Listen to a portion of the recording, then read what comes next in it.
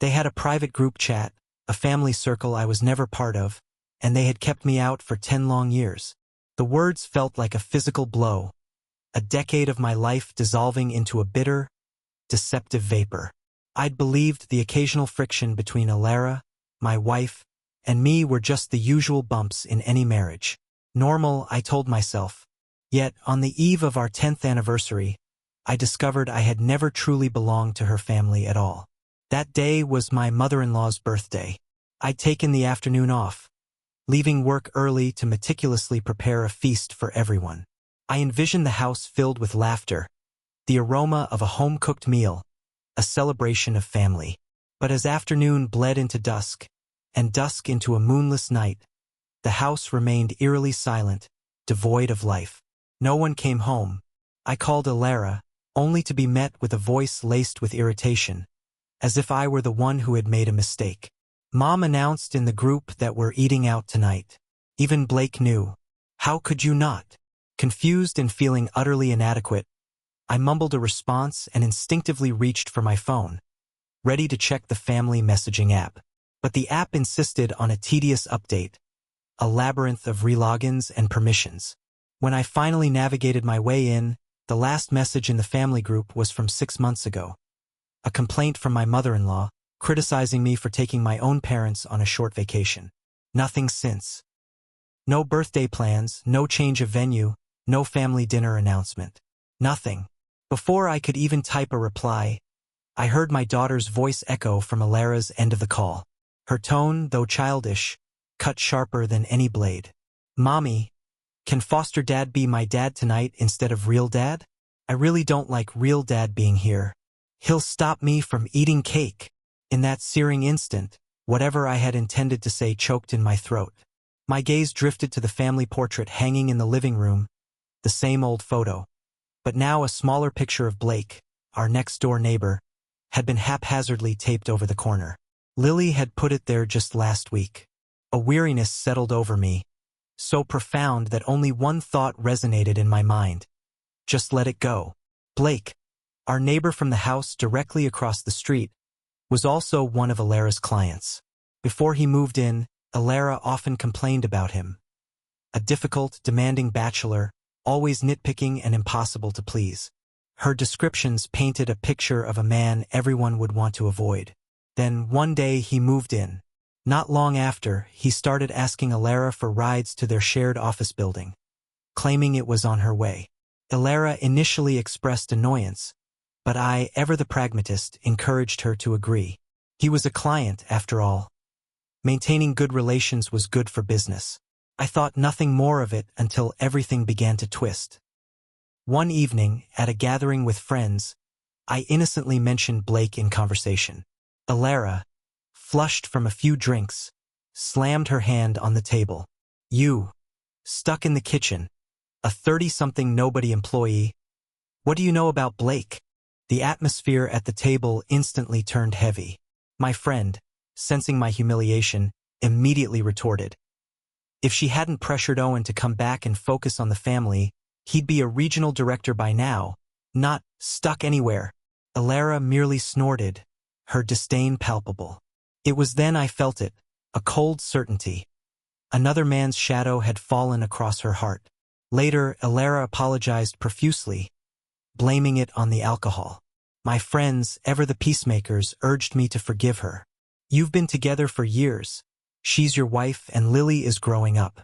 Could you really walk away? I listened. I stayed silent, but a part of me turned to ice. That night, after showering, I was about to step out when I heard voices from the next room. A man's voice, clear and distinct. I truly envy Owen. A beautiful, capable wife, an adorable daughter, and even time to care for others. Unlike me, a lonely soul. It was Blake. He was in my house, in my younger brother's former bedroom, talking to my wife. I glanced at my phone. It was past 11. Then Lily's voice again. Foster dad, can I play games at your house tonight? I hate it when real dad talks badly about you. Elara quickly interrupted. No, Lily. Blake has a big presentation tomorrow. He needs his rest. Do you want to see him tired? or your own father tired. My hand clenched the doorknob, my knuckles white. For the first time, I felt myself losing control. I pushed the door open. The scene before me was a tableau of unsettling intimacy. Elara, in a deep-cut nightgown, lay on the bed, telling Lily a story. Opposite her, Blake sat, smiling, as if this were his own family, his rightful place. Looking at them, even I, the man in the middle, had to admit they fit together with a perverse, ironic harmony. I stepped out, gently closing the door behind me. Blake, seeing me, flustered slightly. He followed me out, his voice lowered. Owen, I'm sorry. Lily asked me to tell her a story, so I stayed. I replied blandly, as if it didn't matter. It's fine. I haven't even thanked you for the bedding set and pajamas you gave us last week. They suit Elara perfectly. My smile, I knew, must have been chilling. Just last week, Elara had unexpectedly brought home a 4-piece gray and white bedding set, a color she never would have chosen herself. She'd claimed it was a client gift, and I hadn't thought much of it, even offering to pass it on to my sister. To my surprise, when she later realized it wasn't there, she flew into a rage, insisting I retrieve it from my sister's house in the middle of the night and put it on our bed immediately. At the time, I couldn't fathom why a simple client gift would provoke such an extreme reaction. But now, seeing Blake in pajamas of the same color and style, everything clicked into place. I caught the triumphant, almost taunting glint in his eyes, even as his voice remained outwardly sincere, tinged with feigned regret. You misunderstand, Owen. I just felt awkward always getting rides, so I bought everyone a set. At that, Elara immediately cut in, pushing me aside with Lily. Blake is my client, Owen. If you make a scene like this, how can I possibly work? Lily chimed in. I hate you, Dad. I want to stay with foster dad. Looking at them, my wife and my daughter, the two people who were supposed to be the most important in my life, I simply shook my head and uttered one quiet sentence. Elara, let's end this. I had loved her for so many years, loved her to the point of subservience, never daring to voice a single refusal. She knew this and exploited it relentlessly. Whenever her mother criticized me, Elara would retort, if you argue with Mom, you don't want to live with me anymore, right? And I would instantly apologize, humble myself, never even contemplating leaving. But tonight I had spoken of divorce not once, but twice. Perhaps that's what finally worried Elara, as her voice softened. I know a lot happened tonight that made you misunderstand, but you're overthinking it. Let me take Blake home first and then we can talk.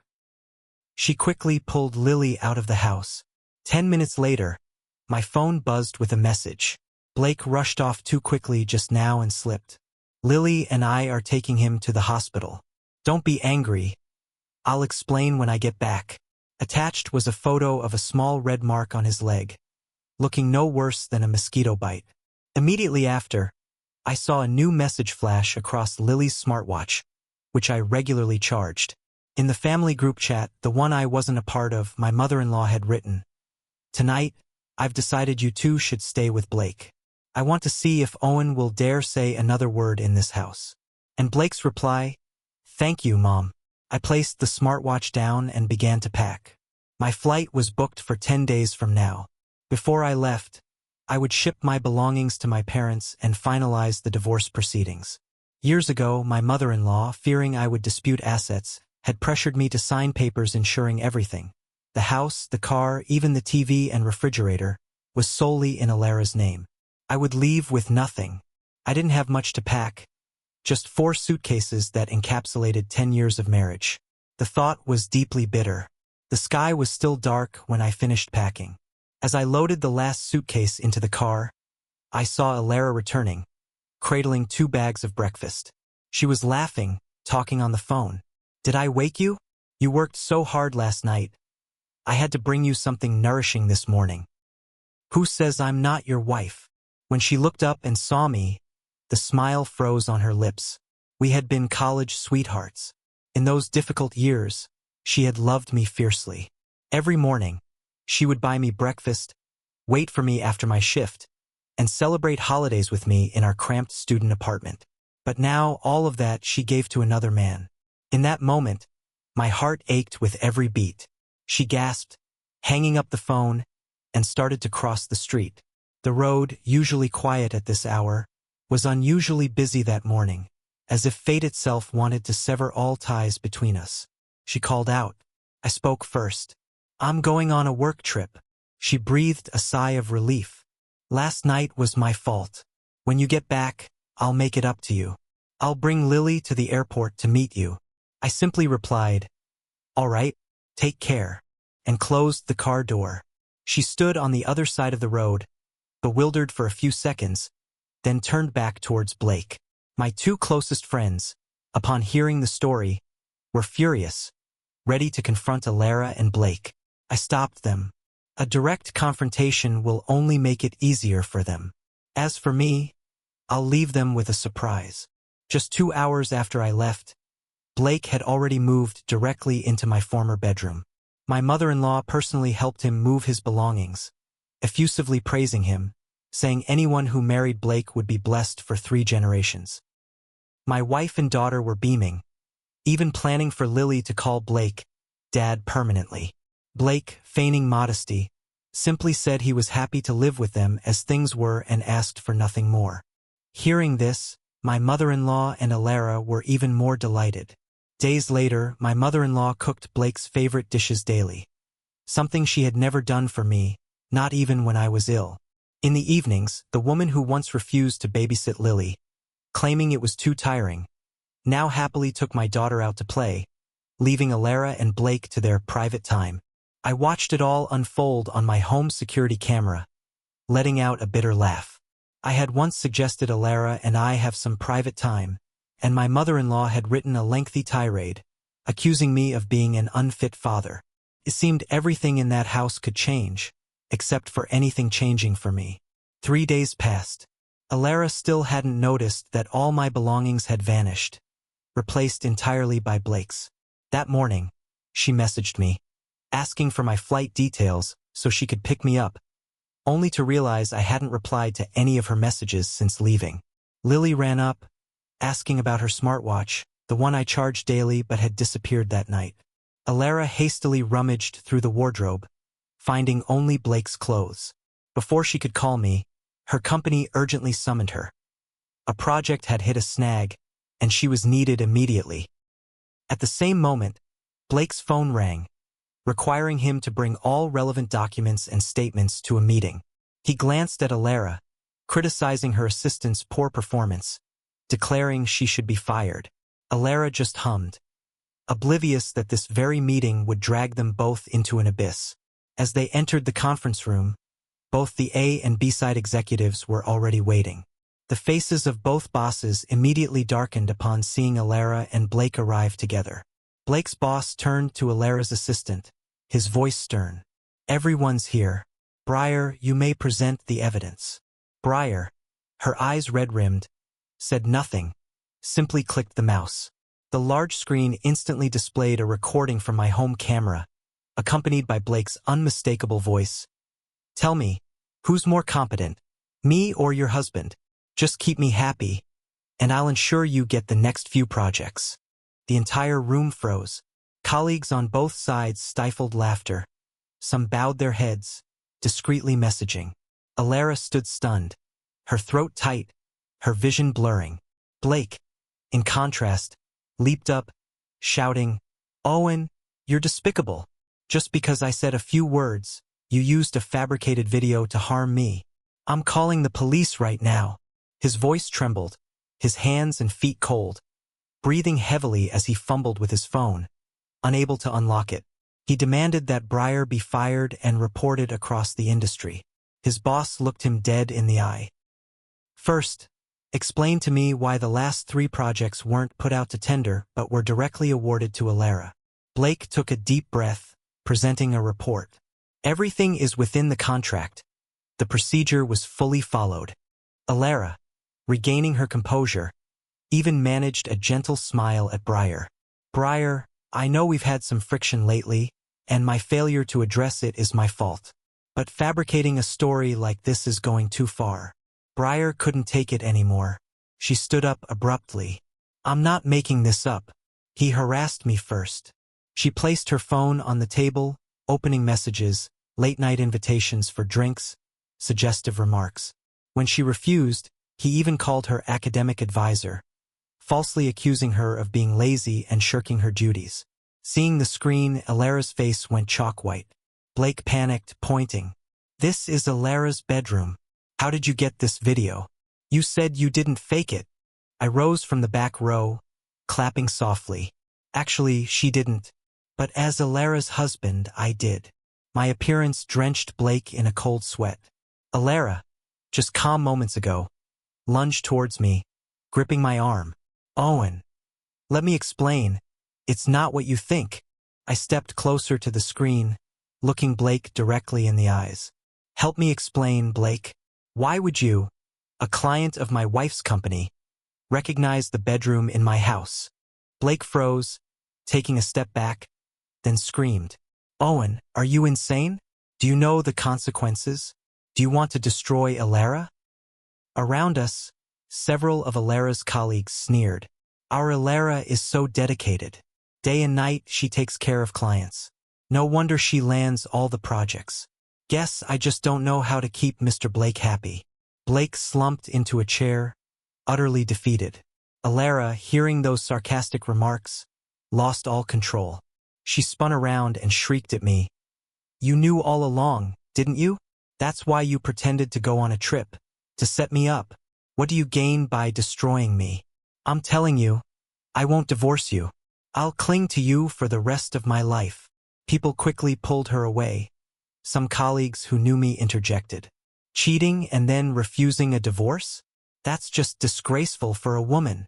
I placed the pre-prepared divorce settlement on the table.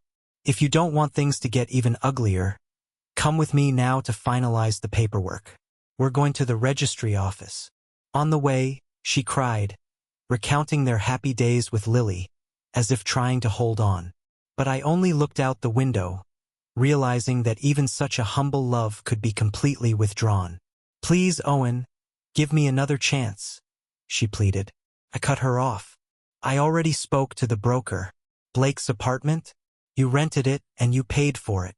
Her face froze, then twisted into a resentful snarl. How much do you earn to say that? Lily is in elementary school now. If I don't fight for us, do you want her to live in hardship forever? She paused, then, it was just a one-time thing in bed.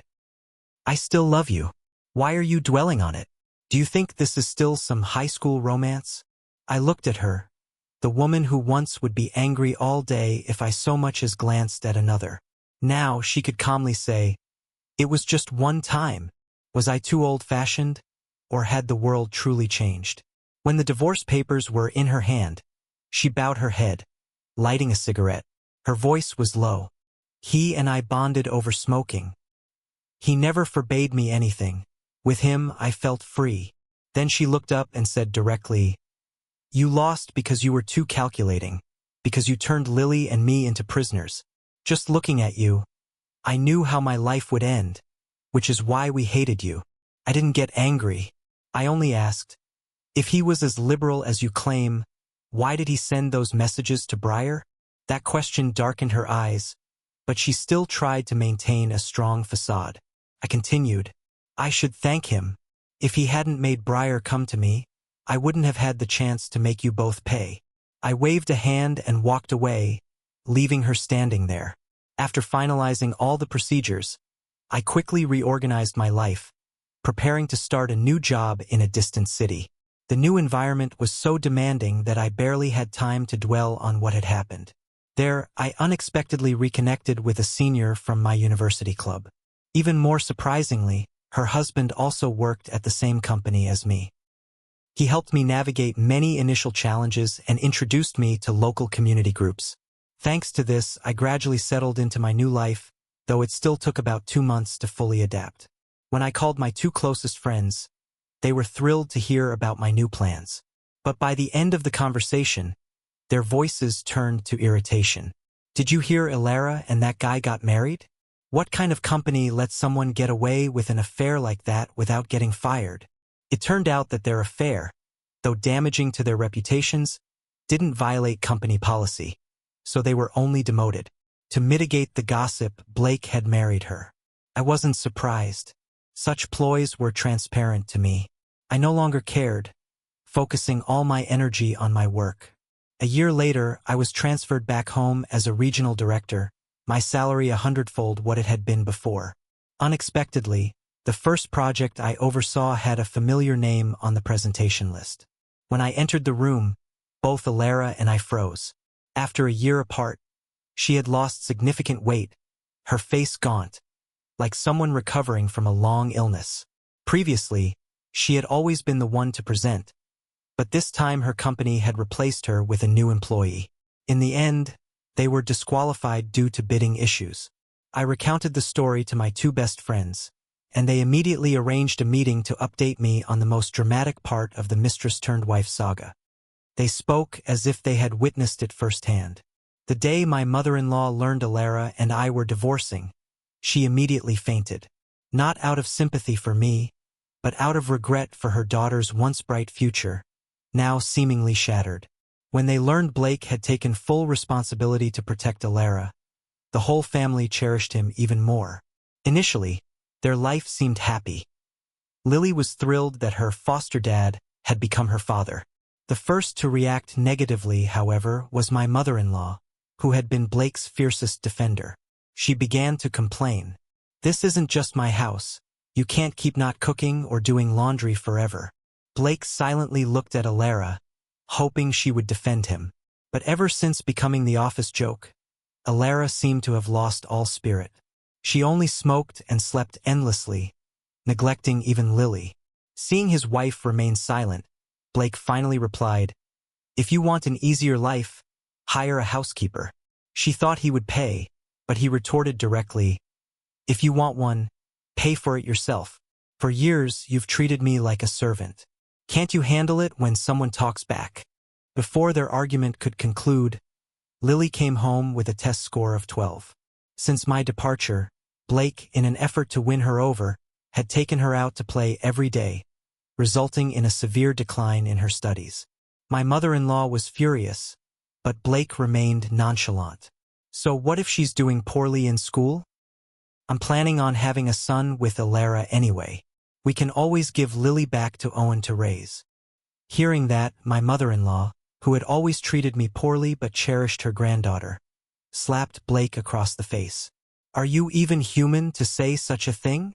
In my past illusions, my mother-in-law was a gentle woman, and Blake was an authoritative leader. But living together, both wanted to be in charge, constantly pulling Elara into their arguments as a mediator. At first, she endured it, but eventually, she longed for her old life, where she came home to warm meals and didn't have to lift a finger. Lily, after a while, also realized Blake had no real intention of raising her. After several months of not seeing me, she unexpectedly sat on the floor, crying, demanding to find her dad. On one side, the sound of arguing. On the other, a child sobbing. The house was in chaos. Elara clutched her head, screaming for silence, then turned to Blake. "Are you regretting it now? Who told you to go seduce and intern? It wasn't Owen who destroyed us. It was you." He was so pale from her scolding that he grabbed his jacket and stormed out. As soon as he left, my mother-in-law immediately turned to Elara, her voice full of calculation. "Contact Owen. If he hasn't remarried, tell him to come back." "I agree now." Elara scoffed, her voice bitter. "If you hadn't cornered him back then, deliberately letting him know we'd isolated him, how would we have ended up losing even Lily?" My mother-in-law fell silent. Elara pulled Lily closer, her voice cold. "You said you didn't need your dad. From today on, no matter how much you miss him, you must be silent. You have to live with your choices." The house fell into a suffocating silence. Elara's words were not just scolding others, but also herself. Ever since hearing of my return to the country and my high-ranking position, Blake had been restless. He feared Elara would try to get back with me. Demoted and shunned by everyone at the company, he was treated like a madman. He often stormed into Elara's office, ransacking her computer and checking her phone in front of colleagues, just to ensure she wasn't contacting me. Rumors spread everywhere. Her boss, who had previously gone easy on her because she was a co-founder, now had to issue a stern warning. The last incident I overlooked has led to gossip. Even my own wife suspects me of harboring young talent. If you continue like this, no one knows what else you might have said. But then he disappeared for a while. Just when everyone thought things had settled down, half a month later, Blake climbed onto the rooftop. He screamed down, "Elara, do you choose me or your career? I gave up everything for you, and now you're telling me to disappear?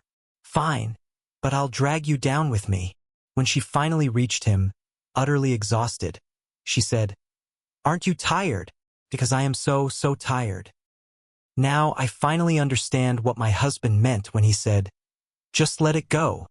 Hearing this, all light left his eyes. He stepped down quietly. "So that's all you are. I overestimated you. My life only started going downhill when I got close to you and your mother. I envy Owen.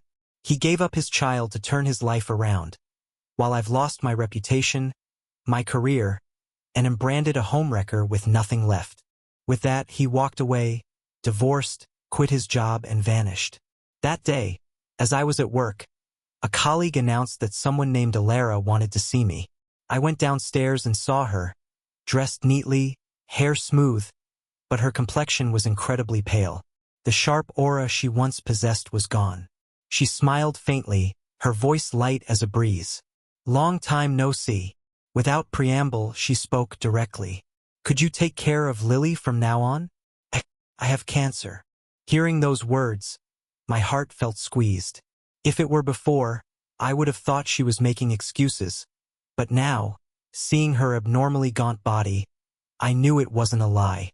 She continued, "You know my mother is old and Lily misses you terribly now." I nodded because no matter what, I was her father. Taking care of Lily was my responsibility. Just a year ago, she had been a confident, calculating woman, but now, after only a year, she seemed to have aged decades. I tried to offer comfort. "Medicine is advanced now. I'm sure they can cure it." She only shook her head, her eyes distant. "Lung cancer. Not much time left. Perhaps this is my retribution." The self-deprecating smile on her lips choked me, but I didn't know what else to say. Before turning to leave, she called me back, softly saying, "Owen, I'm sorry." I replied with a barely audible and then only, "Take care." Soon after, Lily was brought to me by her grandmother. I stood at the gate watching her run towards me. Her pure smile made my chest ache. She hugged me tightly, calling Dad, in a trembling, joyful voice. I bent down to hug her back, stroking her soft hair. In the distance, Elara leaned against her car door, her eyes no longer arrogant, nor filled with resentment, only weariness and resignation. "Remember to take care of yourself, for Lily's sake."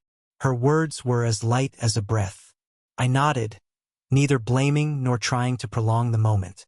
Between us, everything had turned to ash, leaving only the fragile thread named Lily.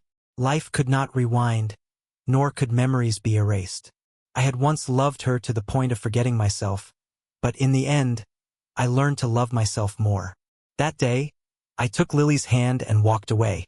Behind us, the setting sun cast long shadows over Elara's frail figure, stretching until it merged with the coming night. In the months that followed, I fully immersed myself in work and caring for Lily. Occasionally, I received updates from friends or through Lily's innocent recounting of her mother's condition. The illness made Elara weaker and weaker, but she still tried to maintain a calm image for Lily. I knew that in Lily's heart, her love for her mother had never faded, despite the wounds from the past.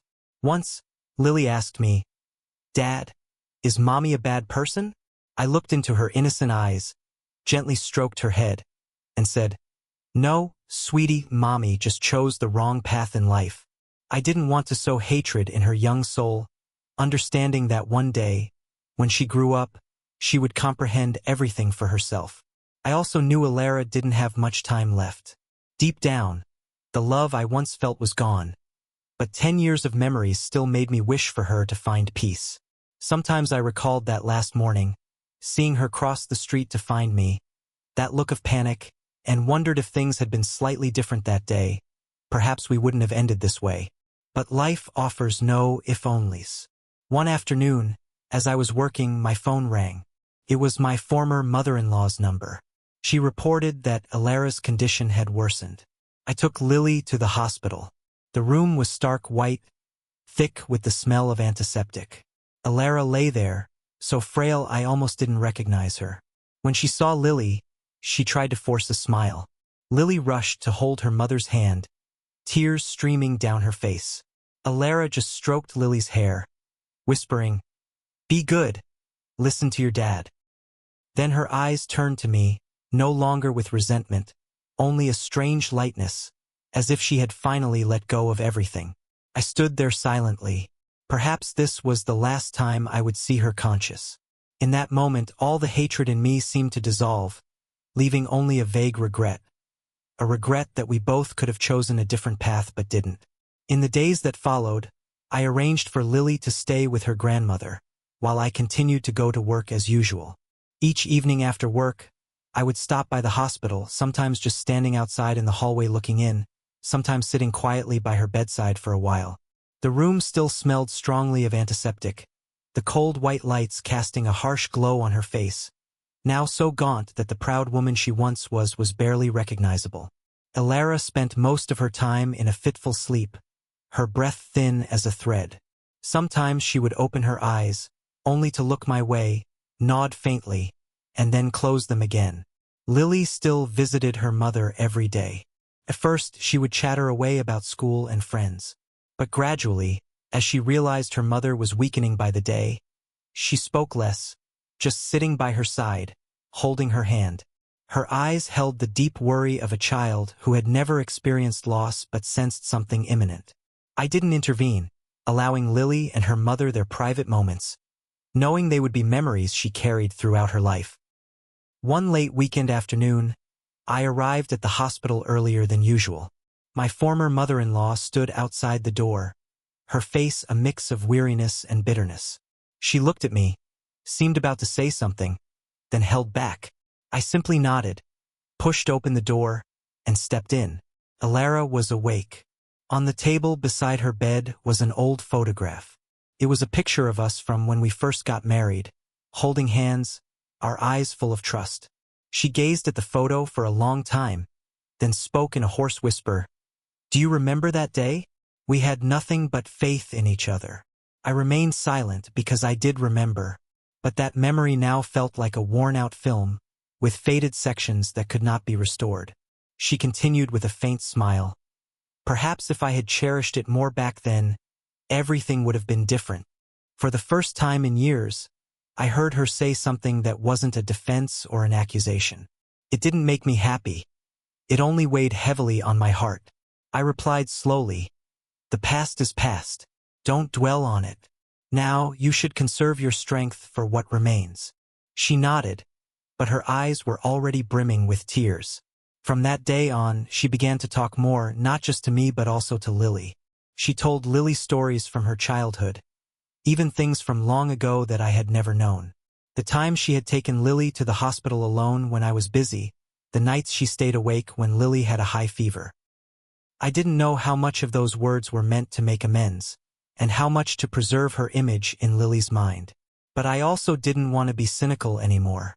One day, as I was about to leave the hospital, she called me back, her voice thin as a thread. "Don't let Lily grow up feeling like a burden. Let her know she is loved." I only replied with a soft "okay," but in my heart, a silent promise formed. Her health deteriorated faster than expected. Early in the month, the doctor hinted to the family that time was running out. In her final days, she was rarely lucid for long, only opening her eyes for a few minutes before drifting back into unconsciousness. Lily and I took turns keeping vigil. Lily often slumped her head by the edge of the bed, holding her mother's hand tightly as if fearing to let go would mean losing her. One morning, as the weak sunlight filtered through the window, she unexpectedly opened her eyes and looked directly at me. Too weak to speak, she merely mouthed words, then gently squeezed my hand. A thin, cold hand. I had to lean closer to hear. Her voice was so faint it was barely a whisper. Thank you, and I'm sorry. I felt each fragmented word as a final punctuation mark to all the years between us. I didn't reply, only gripped her hand tighter. A moment later, her hand went limp. The room became strangely silent, save for Lily's choked sobs, calling for her mother in vain. I stood there, a sense of emptiness spreading through my body. No more anger, no more resentment, only a profound sadness. Sadness for all that once was and all that was lost. The funeral was simple, attended only by close family and a few old friends. Lily stood beside me, her face bewildered and sorrowful, unable to fully grasp the truth. My former mother-in-law sat in a corner, her face etched with the weariness of old age and tumultuous years. I didn't speak to her, nor did I need any further explanations. After everything was over, I took Lily home. On the way, she was silent, her small hand tightly clasped in mine. I knew that from this moment on, I would be both father and have to learn to compensate for the absence of a mother. And though Lily couldn't fully comprehend all that had happened, I would let her grow up with just enough truth, enough to know that her mother had loved her, despite her wrongs towards me, and enough so she wouldn't harbor a dark void of hatred. When we arrived home, I opened the door for Lily to run into her room. She placed her mother's picture on her desk, then came back to hug me, saying nothing, just burying her head in my chest as if seeking a safe haven. I wrapped my arms around her tightly, feeling clearly, for the first time, that despite losing so much over the years, I still had at least one reason to keep going. In those first days with just the two of us, the house was strangely quiet. Dinner no longer had a woman's reproaches or noisy phone calls, only the gentle clinking of spoons against bowls and Lily's soft murmurs about school. I tried to maintain as normal a routine as possible for her, dropping her off at school in the mornings, picking her up in the afternoons, eating dinner together, and helping her with homework in the evenings. Sometimes, I would see her gaze drift towards the door, as if waiting for someone to walk in. But when she caught my eye, she would quickly lower hers, pretending to concentrate on her book. I knew she still missed her mother, but she was learning to keep that grief silently to herself. I started reorganizing my work to have more time for Lily.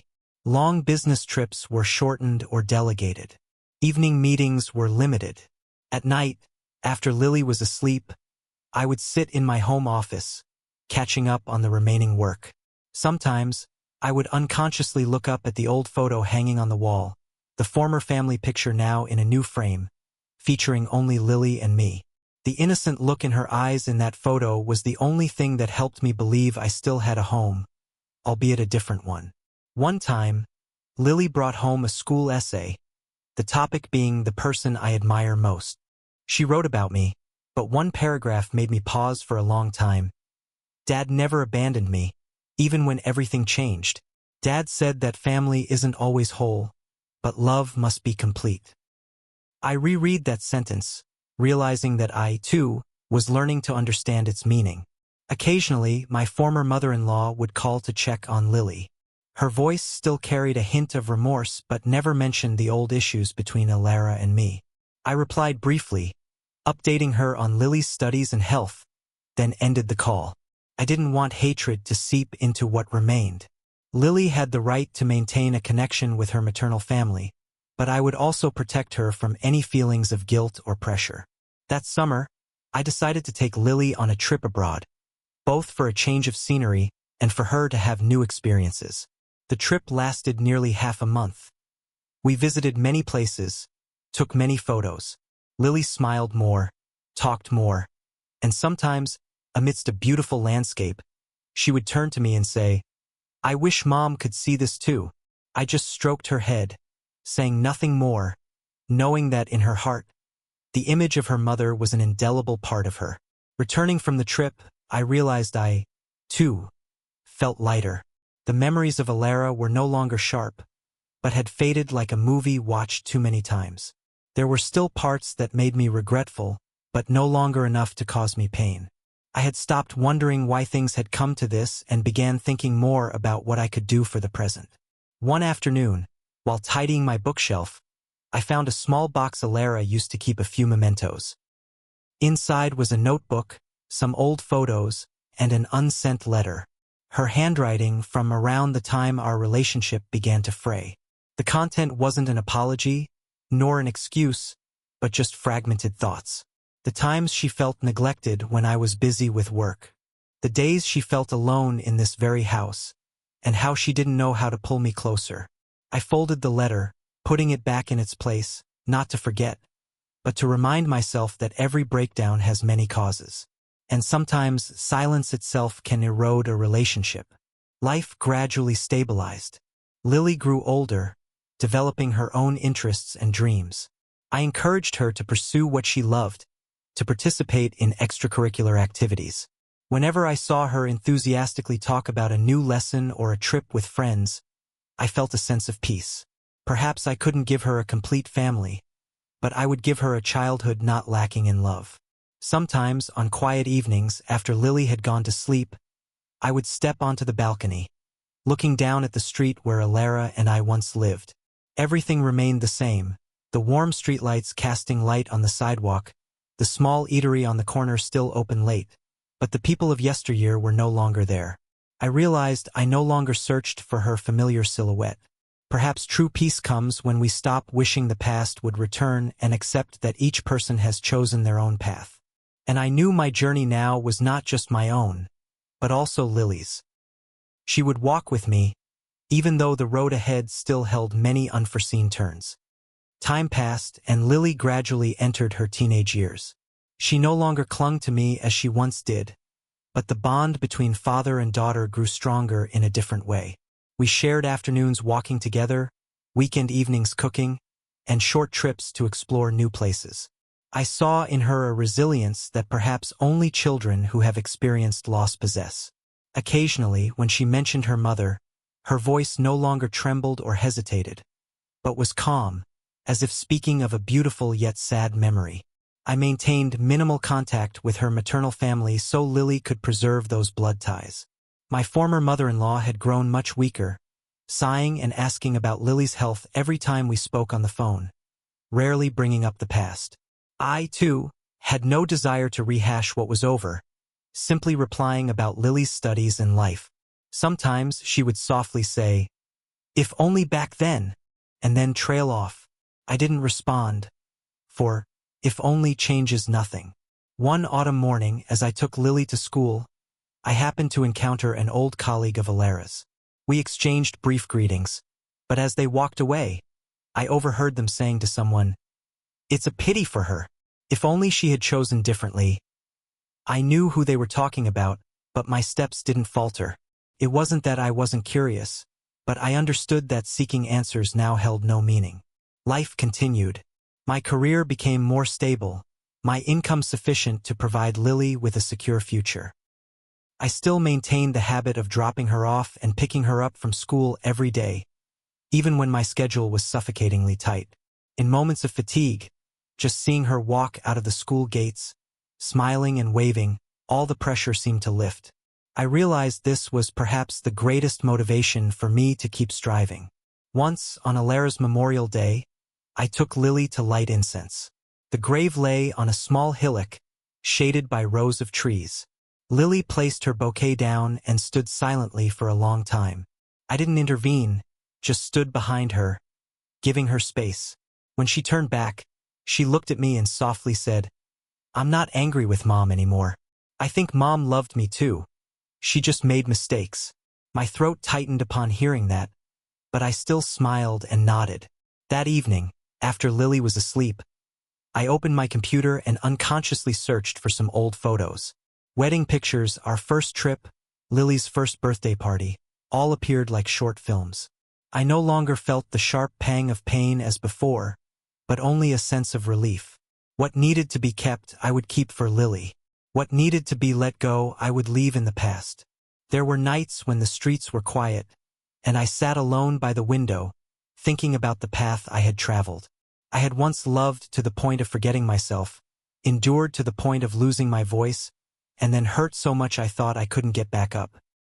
But in the end, I was still here with a new life, with the responsibility of being a father, and with a freedom I had never dared to imagine before. I understood that the road ahead would hold many challenges, but I was no longer afraid, because I knew I had learned to stand firm, and more importantly, I had learned to love myself so I could love others correctly. Lily would grow up. She would leave my embrace to find her own world. And when that time came, I wanted her to carry one sole lesson: that love isn't just about staying, but sometimes also about knowing when to let go, so both can find peace. On the last night of the year, as fireworks burst brightly outside the window, Lily leaned her head on my shoulder and softly whispered, "Dad, we'll be okay, right?"